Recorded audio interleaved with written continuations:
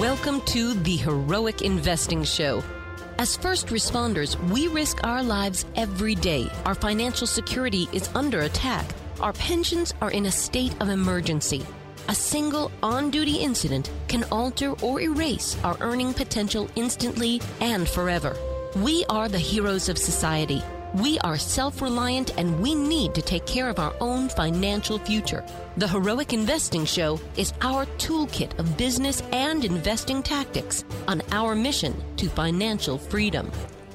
Welcome to the Heroic Investing Show, a podcast for first responders, members of the military, veterans, and anyone looking to improve their financial future and gain some freedom with their time.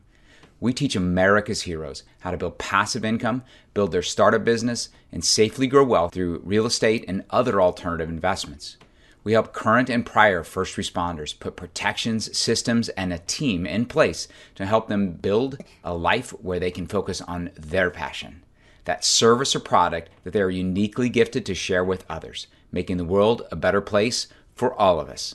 My name is Gary Pinkerton, and I co-host this show with Jason Hartman. This is episode 201. Hey, Heroic Investors. On this episode, we turn the tables once again. This is me being interviewed on Joe Fairless's extremely famous and awesome show, the Best Ever Real Estate Podcast. I'm extremely humbled to have been asked by Joe to come on and talk to his audience about what I do in my day job. And what that is learn how to pair the incredible wealth-creating capabilities of real estate and cash value life insurance. And it's the path of the wealthy, and it's what people in America used to do, and it's what people in America need to get back to doing. We need to get away from the glitz and glamour of the casino world, which is Wall Street, and get back to the basics. And the basics are storing wealth, growing wealth in tax-advantaged things like life insurance and real estate. So, another aspect about this, not just growing your family's cash and your down payment money and your future investment dollars. Yes, it is a great place to store that. And a lot of people get really caught up in this infinite banking thing. But how about ensuring the number one most important asset in your life? And that's you. That's your income earning capability. We are our best asset, and we're also the only thing that creates guarantees in our own life. You want to be guaranteed that your future looks bright? Well, let me tell you, every morning when you get up and you look in the mirror, you're staring at that guarantee. That is the only thing that is going to ensure that you're going to be safe. I don't care if you have $5 million, $20 million, $500 million. All you got to do is find a couple of crooks who befriend you and tell you they're your best friend, and they take the money, and now you're in trouble. But if you still have the ability and the desire and the experience and the network to go out and remake the money, just like Donald Trump did, then you're never really at risk. But the thing you're staring at in the mirror in the morning, that's the thing that makes you safe. And it blows my mind that people don't insure the most important thing in their lives for their entire life. I think every day of my life, the most important thing is going to be staring me in the mirror, whether I'm 40, 50, or 110. That's still, on that day, the most important financial tool that I have in my tool bag. And I think you should adopt the same opinion. It's like, here, let's imagine that you're working at a nonprofit. You love working there, but it's near New York City. And so you get a little crash pad, and it's a $100,000 property. Okay, that's crazy in New York. Let's call it $200,000. And you get a loan on it because you value long-term fixed rate debt. And because you have a loan on it, the bank requires that you insure that asset. But yet in your family, you've got a $10 million castle in northern New York. And it's been in the family for generations. It's completely paid off, has been for 100 years. And so you don't have to get insurance on it. But would you really not insure that $10 million asset? So it's the same way with ourselves. Like people say, well, hey, I've got a few bucks in the bank. I'm not going to insure my number one asset, which is myself. Okay, off the soapbox. Hey, what I really hope you do is you'll listen really closely to this one. And please give me some feedback. Email me at gary@garypinkerton.com. And let me know, hey, this resonated, it didn't resonate. What I'm trying to do is simplify a concept that many people, for whatever reason, I think it's marketing personally, try to add a lot of sizzle to it. And they add all kinds of flair, and they add complexity. Listen, I'm a nuclear engineer. I can add complexity, but I think it works against the ability to getting all of the awesome Americans out there on a really, really good path. So combination of real estate and life insurance, even better than either one of those standing on their own. Love to talk to you all day long about each of them individually or both of them together. But what I'd really like to do is hear from you all. Does this pretty short message, pretty short podcast with Joe resonate? Or does it confuse? If it still confuses, well, I'll go back to working on my craft and making it simpler, because it's not a very hard concept. It's been around since the 1800s. It's just prudently storing and growing money in a place with a company that's never in 1 year lost a penny for anyone. So let me know. I really appreciate it. Your cash value in the policy is a combination of what you've contributed, what the insurance company has boosted by the guaranteed crediting of dollars every year to it, and then the dividends. Real quick, before the episode, I want to give you a gift of 25% off, and that gift actually is from TransUnion SmartMove. Go to tenantscreening.com, create a free account, enter the code Fairless at checkout for 25% off your next screening, because as landlords, we tend to be most concerned with getting paid on time. You might also know that hundreds of thousands of landlords have to deal with the headaches of evicting tenants each year. Evicting a tenant can be painful, costing as much as $10,000 in court costs and legal fees, and take as long as 4 weeks to complete. What if there's a trusted way to help prevent the headaches of dealing with evicting a tenant? Make the smart move right from the start. SmartMove's online tenant screening solution can help you quickly understand if you're getting a reliable tenant, which will help you avoid potential problems such as non-payment and evictions. For a limited time, listeners of this podcast are invited to try SmartMove tenant screening for 25% off. Here's how SmartMove can help you find your next great tenant. Make a more informed decision with SmartMove's proprietary credit score built specifically for tenant screening, which predicts evictions 15% better than a typical credit score. Reduce non-payment risk with SmartMove's Income Insights report, which enables you to analyze the applicant's income within minutes and determine if additional income verification is needed.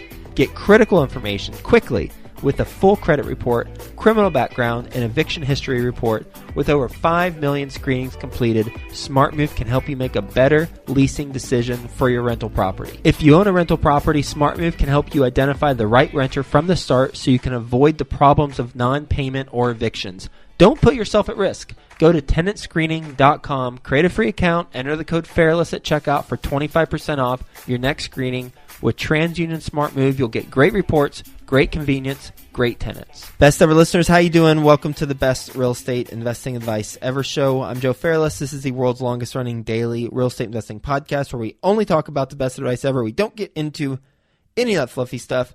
And here's a concept that we have touched on this show, and I mentioned during multiple follow-along Fridays with Theo a while ago that we would go into it in more detail. But first, I would put myself in the ring and I would do it. That way I had some firsthand experience before talking to someone about it, and I have done it. And that is the concept of infinite banking. So it's a concept that requires a smart person, much smarter than me, to talk about and talk through. So what we've done is I've brought on Gary Pinkerton, wealth strategist at Paradigm Life, who I worked with to set up the infinite banking. So we're going to talk about the concept. And by the way, disclaimer, I make no money. You work with Gary, you don't work with Gary, you do this, you don't do this. I don't make any money from it. I'm just sharing a concept that I found interesting enough where I've put my money where my mouth is and figure you might as well share it with you best ever listeners. You can decide what the heck you want to do with it. I was introduced to Gary from an investor of mine with Ashcroft Capital. He invested with us. He's actually invested in multiple deals and someone who I trust implicitly. So that's how I got to know Gary. So first off, Gary, now I'll stop talking about you. I'll actually talk to you. How you doing? I'm doing great. It's a true honor to be on your show. I'm really looking forward to it, Joe. Yeah, looking forward to our conversation as well. And first off, best ever listener, sorry, this is a Skill Set Sunday episode. We're going to be talking about a specific skill, and the skill is infinite banking and what it is, how to do it, and questions to ask if you're working with someone to set it up for you. So Gary is a wealth strategist at Paradigm Life. He has funded over 100 rental units using other people's money with private banking, this infinite banking, since 2011, and has helped his clients do the same. He's a former captain on a nuclear sub, so he's in the Navy before. He was a captain on nuclear subs. Thank you, sir, for what you did for our country. and he's based in Jersey Shore, New Jersey. So with that being said, Gary, first, what is infinite banking? Sure. So it's a way to use uniquely designed whole life insurance policies to store and grow your wealth. So everyone has a need to store cash somewhere. I mean, that's really a combination of a lot of things. It's your emergency savings for your family, it's property reserves, it's business reserves, and it's money you're setting aside and growing for future investments. So your upcoming property purchase or really whatever. I store just about all of my cash that I absolutely need in the future that I can't take a risk of it being lost, even kids' college money. But basically, we're all storing and growing that money if we're prudent somewhere. And a lot of times it's just in a savings or checking account. And so this is an opportunity to get both a much, much faster growth, let's say 4 to 5% tax-free on your money while still having full access to it. And you get a lot of life insurance protection. So you're getting both kind of the foundation of your personal financial wealth, meaning life insurance protection of your future income for the family, as well as a better place to store. Simply a different place to store your cash. A lot of people talk about it as an investment. It's really not. It's just a much more efficient place to store and grow your wealth. Okay, so let's unpack those statements that you made. 4 to 5% tax-free growth with full access plus life insurance protection. So that is why I chose to do it, but that sounds way too good to be true. So how about let's dig into each component of that, the percent growth, the 4 to 5%, and then the tax-free part, and then full access part, and then the life insurance. So those 4 parts. Sure, absolutely. You may have to remind me of what part we're on, but let's start off with the growth. 4 to 5% growth side, right? Yep. Sure. So we work with only whole life insurance companies. You can do this with Universal to some levels of success if you know what you're doing. I don't believe there's value there in doing it. There's not a track record. So we go with whole life, and it's a very simple product. The insurance companies are collecting premiums, growing those premiums, and then handing them back to the beneficiary one day. Well, starting in the 1930s, they gave you access to the value of that cash that's in there. So if you have $100,000 sitting in your policy that's growing, you can go to them and borrow $100,000 from them. The borrowing and accessing side of it is not the growth. The growth side for whole life insurance is a combination of guaranteed increase. So if you look at the policy illustration that you got, there's a table in there. And on the left-hand side, there's a column for the guaranteed worst case growth, even if there's no profits, if the company's not profitable. But since we work with a mutual insurance company, which is a private company, meaning that there's no shareholders to distribute profits to every year, so those profits are just handed back out to the owners of the company, which in the case of life insurance are just the policyholders. So you kind of get it back on a pro rata basis based on how big your cash is that given year. So you have guaranteed increase, which I tell people, big picture, I mean, it changes over your life as you age. Essentially, it's 2% a year guaranteed after covering all of the costs covering the insurance. So about 2% on the guaranteed side and another 2 to 3% today in profits being handed back. But these profits or dividends are completely dependent upon what the lenders out there in the world can get. So banks right now are lending at 5 or 6%. Insurance companies are doing the same thing. They put your money to work in the economy, lending out to major corporations. Right now they're getting 4 to 6% returns, which means that after covering expenses, you're seeing another 2 to 3 there. So summarizing that, a couple of percent guaranteed annually, and then 2 to 3% in this zero interest rate world we're in. In the 1980s, the dividend was 8 to 10%, if that makes sense. Mm-hmm. Okay, so when you implement this policy or this strategy, do you have to do anything other than buy the policy in order to gain that 4 to 5% growth? Do you have to manually manage it and do transactions, or just magically because you purchased a policy, it achieves that 4 to 5% growth? Almost all of the whole life insurance companies that do this, and there's probably 25 mutual companies. I work with 10. Generally, I work with 4 or 5 of the best, most easily designed companies. But all of them will put the money that is being collected and protected, they put it into a general fund and they put it to work in the economy. Mainly, they're lending it out to major corporations for decades at a time. They're also funding as a debt partner in large real estate developments and commercial buildings. So most of the time, there's nothing for you to do to see that type of return. There is one company that I work with that actually, Joe, it's the one you went with, that they give you the ability from time to time, if you want to tie your profits, the dividends, to the performance of the S&P 500. And you can get a little bit of a boost if you want to actively manage it. I don't have any clients doing that right now, primarily because we're all kind of foreseeing a little bit of a correction or a pullback. But bottom line, most of the time it's on autopilot. You're simply just carrying out the plan that you put in place and reaping the benefits and using the cash value from time to time when you want to. Okay, that was the percent growth. What about the tax-free statement you said?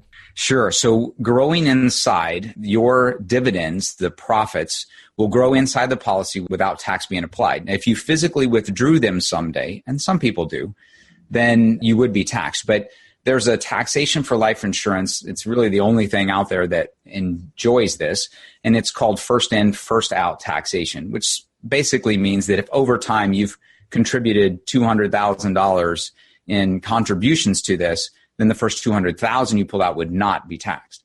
Beyond that, it would be taxed just like money coming, like interest you earned in your savings account. So most people wouldn't do that. They would maybe withdraw the basis or the original contributions when they get into retirement and want to do withdrawals. But throughout your life, you can borrow against the thing, borrow the insurance company's money, pledging yours as collateral, and access the full value, even that part that is growth or profits, without any taxes being applied. So theoretically, what you do is you borrow against it during your working years. You perhaps withdraw the contributions and borrow against the rest in retirement, and then pass it on tax-free as a death benefit. So it's very similar to real estate in many aspects. But if you think about a 1031 tax-deferred exchange that you go from property to property and then eventually gets a step up in basis at death, that's what happens with life insurance.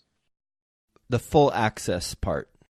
So gaining full access. So if you remember, as I was talking about, your cash value in the policy is a combination of what you've contributed, what the insurance company has boosted by the guaranteed crediting of dollars every year to it, and then the dividend. So for very simple math, let's say that you've contributed $200,000 and you look at your cash value and there's $300,000 there. And that's a combination of $50,000 that came from guaranteed increases over the years and $50,000 that came from the dividends or the profits that got credited. So of that 300, 200 were your contributions. You can withdraw that to get access to it if you would like, but the full 300 you can access by borrowing an equivalent amount of money from the insurance company. And it's the equivalent of going into a bank, putting $100,000 on deposit, and then going to them and using that as collateral for borrowing money from them. Now, you would never do that at a bank because there's no advantage to do that. On a life insurance company, because your money is in there growing without compounding, without taxes, at equivalent rates of what you're going to borrow the money for, it makes a big difference over time. So just for my own clarity, to restate it, I put in $100,000. So with my policy, I did $100,000 or $110,000, I think. And I am able to get access to most of it, like 90-some% of it immediately. And let's call it $95,000. I can get $95,000 and borrow that $95,000 and do whatever I want with it. And that initial $110,000 or whatever I put into it, that is still making the 4 to 5% growth. So even though I took out $95K, that initial $110K or whatever it was, that is still making the 4 to 5% growth. So there's the difference in doing the bank thing that you said versus doing this, not to mention having the benefits of life insurance protection. That's right. So I was just doing an example with a client. It's a pretty common example that single family investors or people who are investing minimal amounts into larger syndicated deals might do. Say you have $25,000 and for this example, it's a $100,000 house and your down payment with closing costs is $25,000. So you have a choice. You can either put that into the property and in 30 years maybe sell it and take it back out, or you could have the insurance company put their money in there and you just put yours in your policy and allow it to grow and compound there. So in the house, your $25,000 sitting in the house, yes, it enables a lot of growth and appreciation and tax deductions and things in the cash flow. But essentially itself, it's just kind of parked there. If I could get my next door neighbor or best friend to put their money in my property instead of me, that would be far better off for me, right? Because I've given up its ability to grow. Whereas the other person who has an identical house but put their money in their policy, after the 30 years that I used in the example, theirs has grown to $93,000. The 25 turned into 93. They did have to pay $22,000 to the insurance company in that example for the interest, but they earned well over $70,000. And that's the power of being able to borrow somebody else's money and not have the opportunity cost of yours being locked up without earning. And then in terms of paying back that loan, in the example, we'll go with my example when I borrow $95,000. If I die before I pay it back, then it simply gets deducted on the insurance proceeds my family gets from the life insurance policy. And it's as simple as that, right? That's correct, yeah. So your insurance amount, your death benefit, is always going to be substantially larger than the cash value. And so as a result, you can even max out your cash value and still be comfortable knowing that there's still a large amount of insurance tax-free that will pass to your family.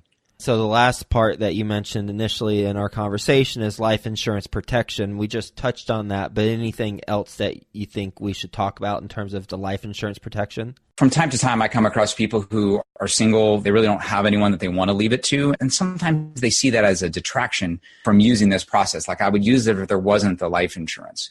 However, remember the performance I talked about, the 4 to 5% in this 1 to 2% savings account world. The 4 to 5 you're getting here without the impact of taxes is already covering the insurance. So you may today decide you don't like it or don't want it or see it as a detraction, but it's already factored in. That's one comment. But that's a very minor number of people that I ever meet with. Most people, as they get older and get nostalgic, they will either have grandkids or will have a little neighbor kid that they've mentored, or they have a favorite charity or church that they really have valued receiving benefit from and want to give back to. So I've really actually never, in the end, seen anyone who didn't have a place that they wanted to save it to give that money to. And it will come out tax-free. There's wonderful things you can do by owning it or having the beneficiary be a trust, a family trust for kind of multi-generational planning for legacy. For me, early on, and for a lot of my clients, and I think, Joe, you'd probably agree, it is really comforting knowing that I have personally taken on $5 or so million of, I call it good debts, fixed rate, long-term debt. And my wife was a bit uncomfortable with it when we first started, but she was greatly comforted by the fact that there was early on $3 million of life insurance and considerably more now, totally there just because it was the vehicle in which I'm storing and growing cash for my real estate portfolio. Yeah. So when you pass away, then the debt will be paid out from the life insurance. What is it called? What is payout? Death benefit. The death benefit. Thank you. Yeah. Thank you. So your debt will be paid off by the death benefit, and then there will be more on top of that for her and any other level. Right. Or she could walk away from the real estate properties if she wanted, but if she paid off the debts with you were saying the amount that I borrowed against, that's true. But with that level of insurance, she could easily have paid off the properties as well and have a bunch of cash flowing unencumbered properties if she wanted to do that. It would immediately replace her concern for not having my income coming in anymore. So let's close this out with a specific example of maybe just a single family home. Sure. Now that we've gone through the concept, how have you done this just on one single family home? Sure. So what I do is I go get conventional financing or just commercial, but so far I've used conventional 30-year fixed rate mortgages, and I get those at 75 to 80%, depending on the interest rates at the time. Let's say 80%. So $100,000 property, 80% loan from a bank. And then I've got the 20% down plus maybe $5,000 in closing costs. So $25,000. I would pre-stage my money in my personal banking system and then go to the insurance company and borrow their money. And I know that, Joe, you've gone through this process, but it should be a very quick 2 to 3 day process where the money shows back up in your personal bank account, whatever bank normal traditional bank that you're doing your banking at. And then you just treat it as cash from there. When you go to the closing table, the lender recognizes that your money in the life insurance is your cash, and they see this money that you've borrowed as your cash. So there's some Fannie Mae guidelines that came out in 2008 that this works just fine with. It's really the only way you can borrow other people's money to fund a down payment on a property. So I borrow the 25, I close as if it's cash. And then as I receive cash flow back, I make a personal choice to just send that back and pay down my loan. Because the moment I pay $1,000 back to the insurance company on their loan, it frees up $1,000 of cash in my bank that I can, again, either withdraw or borrow against again. So it's pushing that money back in there. It reduces my loan and it causes my cash to be available again for the next one. So really, it's a much higher velocity than I experienced before I started doing it this way. And when you said earlier you would pre-stage your money, what do you mean by that? Well, I just meant that sometimes people will say, well, I don't have $25,000 yet in my cash value. Can I still get the loan? So rather than leaving my money in my checking account to use as cash as a down payment, I contributed to my life insurance policy. I've built the cash value, and now it's available pre-staged there as money that I can use to go and pledge as collateral to borrow from the insurance company. Got it. So when you identify a property, you make sure that you have the amount that you need to close with the loan as cash value on your life insurance policy, so you can borrow against it, get that cash out, and use for the property. Exactly. And as I mentioned at the beginning, I'm storing other money there, so I never go up against my actual cap. I've got a ledger, or actually I use Quicken, and I keep track of how much money that's staged in my policy cash value is actually dedicated as family emergency money, as property reserves, as business reserves. So I don't touch that money. I kind of make it off limits.